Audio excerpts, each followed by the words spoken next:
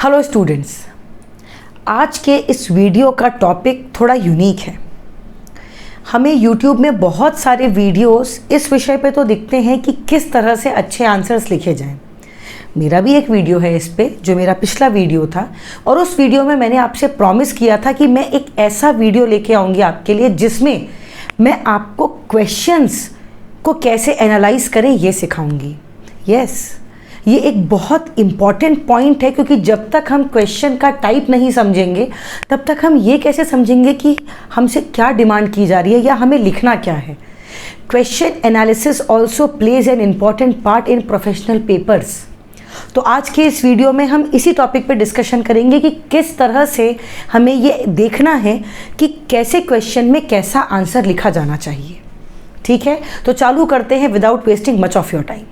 सबसे पहला टाइप जो मेरे लाइफ में मैंने जितने भी पेपर्स दिए, जितनी भी डिग्री हासिल करी या जो भी पढ़ा, तो मैंने उस एक्सपीरियंस को निचोड़ के आपके लिए ये डिस्टिंक्शन या डिमार्केशन लाया है। मे भी आप इसमें कुछ एडिशन कर सकें, और अगर कुछ एडिशन होगा तो कमेंट करके ज़रूर मुझे बताइएगा। मेरे हिसाब से सबसे पहला क्वेश्चन टाइप जो हमें आता है वो होता है एक्सप्लेन। जैसे explain the types of companies, explain the doctrine of indoor management, explain the types of tax exemptions available to a section 8 company। यहाँ पे क्या होता है पता है, जब भी कभी किसी क्वेश्चन में explain ये वर्ड आया है तो हमसे ये डिमांड की जा रही है कि हम उस एग्जिस्टिंग टॉपिक पे जो हमें ऑलरेडी दे दिया गया है उस पे हम अपनी नॉलेज, जो भी हमारे पास प्रोविजंस या जो भी उसके एक्सप्लेनेशन है, हम उन्हें और डिटेल्ड वे में बताएं, वहाँ पे लिखें। ठीक है, एक्सप्लेन में भी दो वैरायटी होती है। एक तो होता है एक्सप्लेनेशन, एक्सप्लेन करने वाला, जो कि एक मीडियम और या लेंदी क्वेश्चन हो सकता है। ये डिपेंड करता है कि वो 4 मार्क के लिए पूछा गया है, 8 मार्क के लिए पूछा गया है या 6 मार्क के लिए पूछा गया है। पर अगर आपको लिखा है ब्रीफली एक्सप्लेन, तो वो कैसा टाइप का हो गया, जैसे शॉर्ट नोट्स आते हैं। भाई आपको ब्रीफ में चीज़ें समझानी है। मे भी ऐसा हो सकता है कि अगर 3 मार्क के लिए आपको आया है briefly explain the tax exemptions available to a section 8 company, तो मे भी आपको वहाँ पे कैसा आंसर लिखना है, जो कि शॉर्ट में आपको हेडिंग्स देनी है। पर आपको लिखा है कि भाई डिटेल्ड आपको इस पर डिस्कशन करना है, एक्सप्लेन इन लेंथ। आपको 8 मार्क के लिए क्वेश्चन पूछा गया है, तो आपको क्या करना होगा, आपको उस पर्टिकुलर क्वेश्चन को प्रॉपरली लिखना होगा, डिटेल डिस्कशन करके। ठीक है, सेकंड टाइप होता है एलैबोरेट। एलैबोरेट में क्या होता है कि आपको एक स्टेटमेंट दिया हुआ है। भाई आपको ऐसा दिया हुआ है कि there are various tax exemptions available to a section 8 company, right. Elaborate the given statement. अब आपको क्या करना है, या हो सकता है उस एक पर्टिकुलर क्वेश्चन में, उसे एक पर्टिकुलर जो वो स्टेटमेंट दिया हुआ है उसमें, जैसे सेक्शन 12A का एक रजिस्ट्रेशन, सेक्शन 12 में एक रजिस्ट्रेशन होता है जो कि स्पेसिफिकली बात करता है कि कुछ टैक्स एग्जेम्पशंस मिलते हैं सेक्शन 8 कंपनी को। ठीक है, या अगर ऐसा कोई आपको 4-5 ऐसे पॉइंट्स मिला के दिया हुआ है कि भाई एक स्टॉक ब्रोकर स्टॉक ट्रेडिंग में या स्टॉक एडवाइजरी, स्टॉक के रिलेशन में एडवाइजेस देता है किसी इन्वेस्टर को, या जो इन्वेस्टर्स हैं उनका डेटा संभाल के रखता है। अब आपको ये 3-4 पॉइंट्स दिए हुए हैं कि भाई stock broker is responsible for these things, full stop, elaborate the given statement. तो अब आपको क्या करना है, जो भी पॉइंट्स वहाँ पे दिए हैं उन्हें एलैबोरेट करना है, राइट। एलैबोरेट करने में मतलब होता है स्ट्रेच करके बताना। आपको हिंट्स उस स्टेटमेंट में ऑलरेडी दे दिए गए हैं। जैसे स्टॉक ब्रोकर के द्वारा दी जाने वाली सर्विसेज आपको ऑलरेडी लिस्टेड हैं, सेक्शन 8 कंपनी को दिए जाने वाले एग्जेम्पशंस उस स्टेटमेंट में ऑलरेडी दिए हुए हैं। You just need to elaborate it. आपको उसको और लेंथ में समझा देना है। आपको हिंट्स क्वेश्चन में दिए हुए हैं या स्टेटमेंट में दिए हुए हैं। कुछ क्वेश्चन टाइप्स होते हैं जिनमें होता है कमेंट। जैसे ऐसा दिया हुआ है कि a compliance officer is responsible for checking the trading plan as given in SEBI prohibition of insider trading regulations 2015। Comment on the given statement. अब ये आपको एक स्टेटमेंट दे दिया गया, उसके नीचे आपको ये दिया गया है कि आपको इस जो ये लाइन दी हुई है, क्या ये प्रोविज़न ये जो स्टेटमेंट दिया हुआ है आपको इस पे कमेंट करना है, क्या ये प्रोविजन एक्चुअली ऐसा होता है? तो yes, a compliance officer is responsible for checking the trading plan, ये एक्चुअली होता है। अब आपको क्या करना है, आपको प्रोविज़न भी लिखना है, आपको कंप्लायंस ऑफिसर के द्वारा कौन कौन से कंप्लायंस चेक करने हैं या कौन कौन सी चीज़ें जो होनी चाहिए थी या कुछ ऐसा तो नहीं है जो रेगुलेशन के बाहर जा रहा है, ये सारी चीज़ें चेक करनी है। और आपको इस पर अपना कमेंट भी देना है कि अगर ऐसा कुछ मिस हो जाता है तो क्या होगा, ठीक है। या हम ये कह सकते हैं a private company can accept deposits or can accept money from the general public or from the public at large, ऐसा आपको क्वेश्चन दिया हुआ है, comment on the given statement. तो अब यहाँ पे आपको सिर्फ पॉजिटिव नहीं कहना है, ये नेगेटिव स्टेटमेंट है, ऐसा नहीं कर सकती। Private limited company is a closely held company, तो क्या वो पब्लिक से पैसा ले लेगी? नहीं ले सकती है। तो अब आपको इसमें क्या करना है, कमेंट करना है।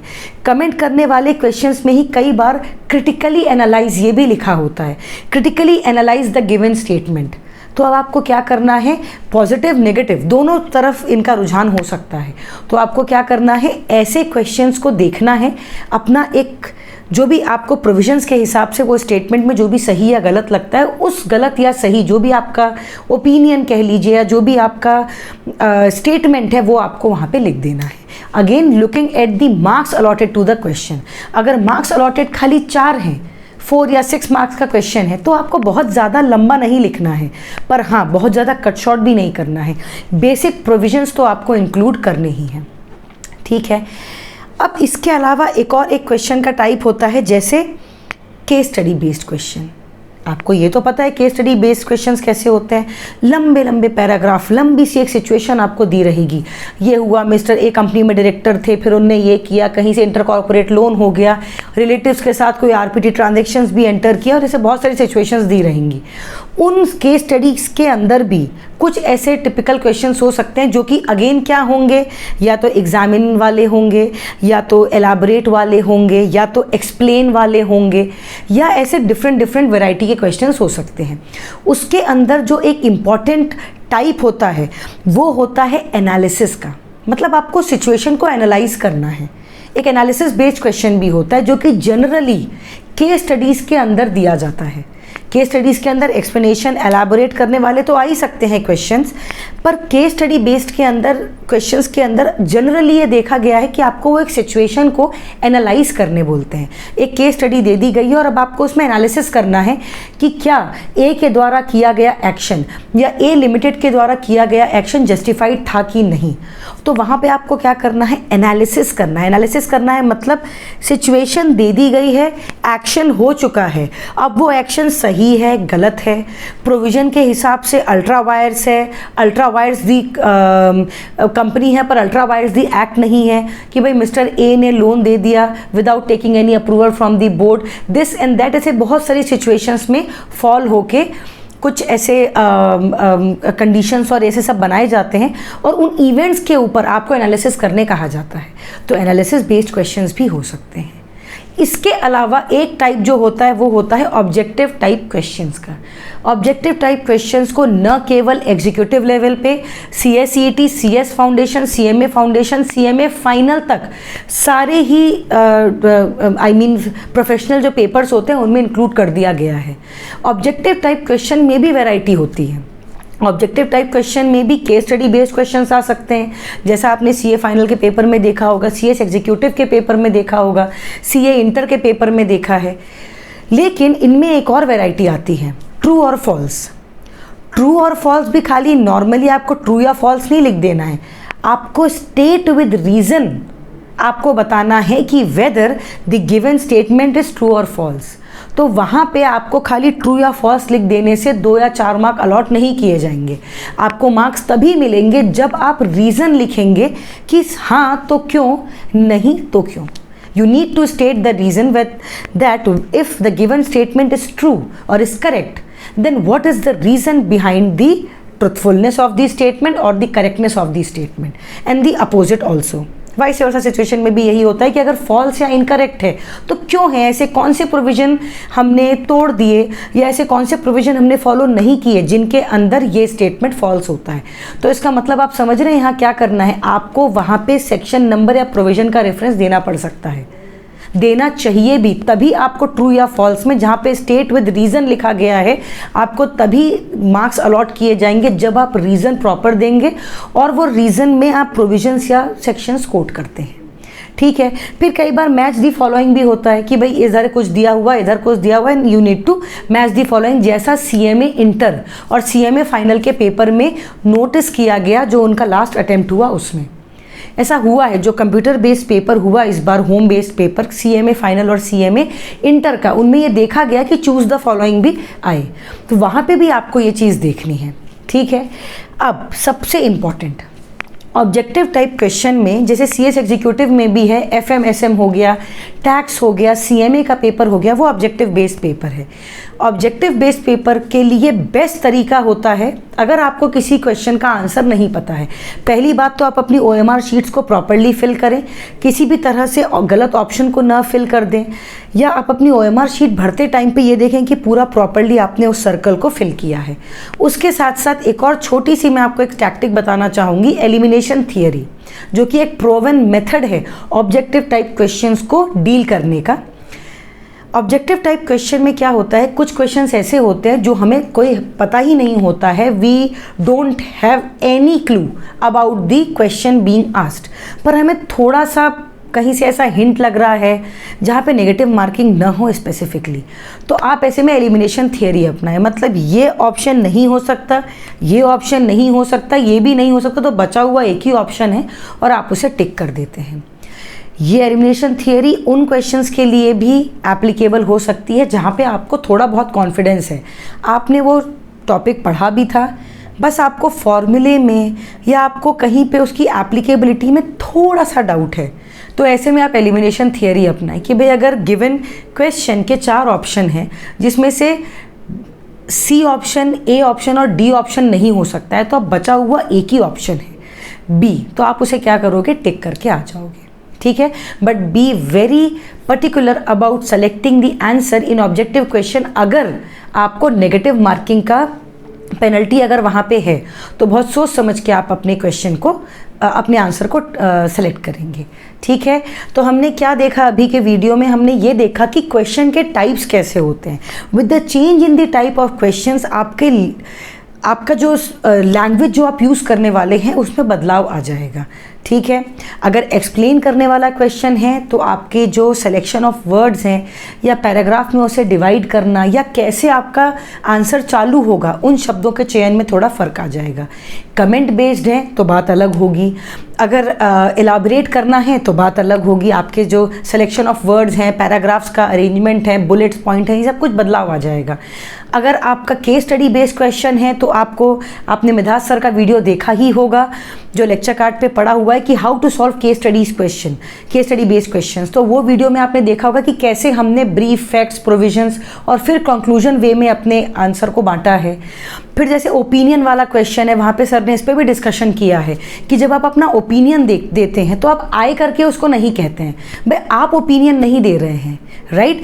वहाँ पे एक्ट में जो लिख दिया गया है उसे आप कोट करते हैं और उससे आंसर या कंक्लूजन फ्रेम होता है। किसी जज के मन की कोई बात वहाँ पे उसका ओपिनियन नहीं आ जाएगा, वो जो भी ओपिनियन दे रहे हैं, जो भी वो स्टेटमेंट कहते हैं, that is according to the facts, that is according to the provisions that are already included in the act, in the statute, right. तो कभी भी ऐसा मत करिए कि आप आई ओरिएंटेड आंसर लिखिए, ये गलत तरीका है। ठीक है, तो क्वेश्चंस के बेसिस पे, क्वेश्चंस के टाइप के अनुसार आप क्या करेंगे, अपने आंसर और अपनी लैंग्वेज का भी चयन करेंगे। ठीक है, तो इस वीडियो को अगर आपने पसंद किया है तो प्लीज़ ज़्यादा से ज़्यादा शेयर करिए, क्योंकि कई बच्चों का ये भी प्रॉब्लम होता है, they don't know the type of questions which are there, specially when it comes to CA, CS and CMA, right. और अगर आपको बहुत ही ज़्यादा अच्छा लग गया है बहुत ही ज़्यादा अच्छा लग गया है आपको वीडियो, तो ऐसे में आप क्या करेंगे, ज़्यादा से ज़्यादा लोगों तक पहुँचेंगे और कमेंट करके हमें ये बात बताएंगे कि आपको ये वीडियो अच्छा लगा। देखिए, आपका एक स्टेप हमें मोटिवेशन देता है। इस कोविड के दौर में भी we are trying hard to bring good content for you. आपके लिए यूज़फुल कंटेंट लेके आ रहे हैं। वो कहते हैं ना कि जैसे हम कोई ऐसे नो बकवास and only do the correct things and just guide the students for their betterment. तो we are trying it every day. हम रोज़ कोशिश करते हैं, जैसे तैसे करके हमने अपने अपने घरों में स्टूडियो क्रिएट कर लिया है ताकि हम आप तक लाइव पहुंच सकें, राइट? क्योंकि जहां जिस स्टेट में हम हैं वहां पे अभी लॉकडाउन लगा हुआ है, and that too strict lockdown. कुछ भी खुला नहीं है अभी, सिर्फ 1 घंटे के लिए शॉप्स खुलती हैं, हम थोड़ा बहुत अरेंजमेंट कर लेते हैं। एंड एक्चुअली जितनी भी फैकल्टीज़ हैं उनने अपने घरों में छोटे मोटे कैसे भी अरेंजमेंट करके स्टूडियो सेटअप कर लिए हैं ताकि हम आप तक सारा अच्छा कंटेंट लेके आएँ। आपकी भी थोड़ी सी ये जिम्मेदारी है कि आप भी हमारी मदद करिए। हमें भी मोटिवेशन मिलता है जब हम अच्छे कमेंट्स पढ़ते हैं, हमें भी मोटिवेशन मिलता है कि नहीं, लोग हमें देख रहे हैं और हमारी दी गई सलाह को फॉलो भी कर रहे हैं। तो आप इसे शेयर करिए अपने दोस्तों के साथ। जो नए सब्सक्राइबर्स हैं, प्लीज़ आप लोग बेल आइकन प्रेस करिए, क्योंकि ऐसे अपडेट्स की बाढ़ लगने वाली है। ऐसे बहुत सारे अमेजिंग कंटेंट हम और भी लाने वाले हैं। ये छोटा सा हिंट है, एक सरप्राइज भी है इसके पीछे जो जल्दी आपको मिलेगा। Thank you for today, all the best and stay safe. Thank you.